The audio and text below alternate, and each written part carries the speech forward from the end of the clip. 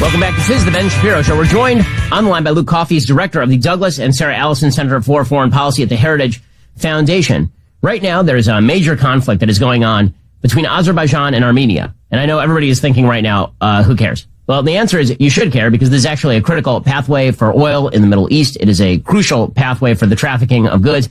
And there's some pretty serious possible human rights violations happening right now. It's kind of complex. I wanted to have Luke on to explain it. Luke, thanks so much for joining the show. I appreciate it. Great, Ben. Thanks for having me on. So why don't you start by explaining what the hell is going on over there? We've seen headlines about the Azerbaijani government using drones to kill civilians, Armenian civilians in a disputed area of Azerbaijan. And obviously a lot of Armenians are up in arms worldwide. And it seems like rightly so, depending on the treatment of people in that area. Meanwhile, the Azerbaijani government, backed by the Turks, is saying that this is all about terrorists in that region. So what exactly are we watching right now? Well, we're watching what we're watching unfold is basically a failure of about 30 years of international diplomacy. When the Soviet Union dissolved in the early 1990s, it created a lot of chaos in the countries of the former Soviet Union. And in the middle of that chaos, you had ethnically Armenian region in what is internationally recognized to be Azerbaijani territory declare independence, and then first they declared their desire to join Armenia, and then they eventually declared their independence. And in 1994, after a very bloody war between Azerbaijan and Armenia and these Armenian separatists living in Nagorno-Karabakh, there was a ceasefire. And the ceasefire has, for the most part, held since 1994, albeit there has been some skirmishes over the years, but nothing major like we're seeing now. And what has also not happened is a meaningful and lasting negotiated settlement to resolve this dispute. And I think Azerbaijan, after so many years of having almost 20% of its territory occupied, they decided to act now. So what prompted them to act now? And this creates a weird sort of conflict in which the Russians seem to be backing the Armenians, the Turks seem to be backing the Azerbaijanis. Neither one of those regimes particularly friendly to the United States or our interests. So, Americans kind of want to see a good guy and a bad guy here. Are there good guys and bad guys here? Yeah, well, the region of the South Caucasus is very complex, and it's not black or white, and this is a great example of it. I mean, traditionally, it's been Armenia backed by Russia and Iran against Azerbaijan, which is largely backed by Turkey and Israel. It's interesting because you have this big power competition taking place in a region that is very volatile and very unstable to begin with.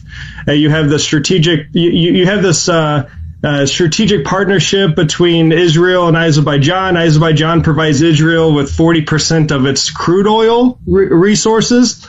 On the other hand, Israel provides Azerbaijan with advanced weapons, which we're seeing used now. Azerbaijan, interestingly, is also home to the largest all-Jewish settlement in the world outside of Israel. So there is a strategic partnership between Israel and Azerbaijan, but also with Azerbaijan and Turkey. And, of course, Turkey and Israel do not get along these days. And then, of course, you throw Iran in there and Russia. So you can quickly see how this has the potential to really spiral out of control. And if the listeners are looking for a good guy and a bad guy here, it's a very complex issue. And it's not black and white. But what I will say is you hear a lot about the religious dimension, the alleged religious dimension to this conflict, and there really is no meaningful religious dimension to this. Armenia, of course, is a Christian country. Azerbaijan is a Shia Muslim, albeit secular country. That, interestingly, as I pointed out, is backed by Israel, and Armenia has the close ties with Iran. So again, it's not a very neat or clean situation at all.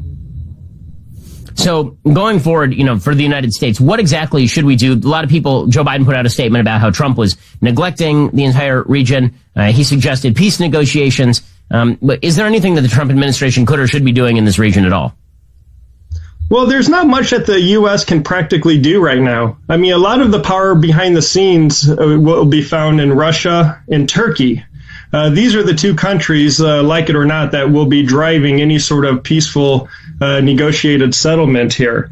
But the U.S. does have a role in the broader peace process, because since 1994, we, along with France and Russia, have been the three co-chairs in something called the Minsk Group. And the Minsk Group was created in 1994 as the main international forum to help resolve this conflict. So the U.S. position right now should be what basically the State Department has been saying, and that is we support a negotiated settlement that recognizes the territorial integrity of all the countries in the region based off something called the Madrid Principles. Now, I don't want to get down these different rabbit holes because this is a very complex issue, but the Madrid Principles were an agreement from around 2009 where all sides agreed to a phased approach to ending this conflict. It included the withdrawal of Armenian forces from the Azerbaijani territory surrounding Nagorno-Karabakh. It called for then the resettlement of almost 1 million Azerbaijanis who were forcibly removed from their homes during the war in the 1990s to return back. But Azerbaijan would commit to a special corridor linking Armenia with Nagorno-Karabakh. And then when all these confidence building measures were taken, then the specific question about the future of Nagorno-Karabakh would be decided. But whenever I read Joe Biden's statement, he sort of implies that the U.S. should roll up its sleeves and jump right into this conflict, which is not something that we should do or should even consider. And it also reads more like the Russian talking points in terms of how this conflict should be seen. So I think right now the administration has done the right thing by just sticking to its traditional position of its role as a co-chair in the Minsk Group and sticking to these Madrid Principles, which apply to the territorial integrity of all the countries in the region. Well, Luke Coffey, Director, Douglas and Sarah Allison Center for Foreign Policy at the Heritage Foundation. Appreciate the time and appreciate the clarity. Yeah, my pleasure. Thank you.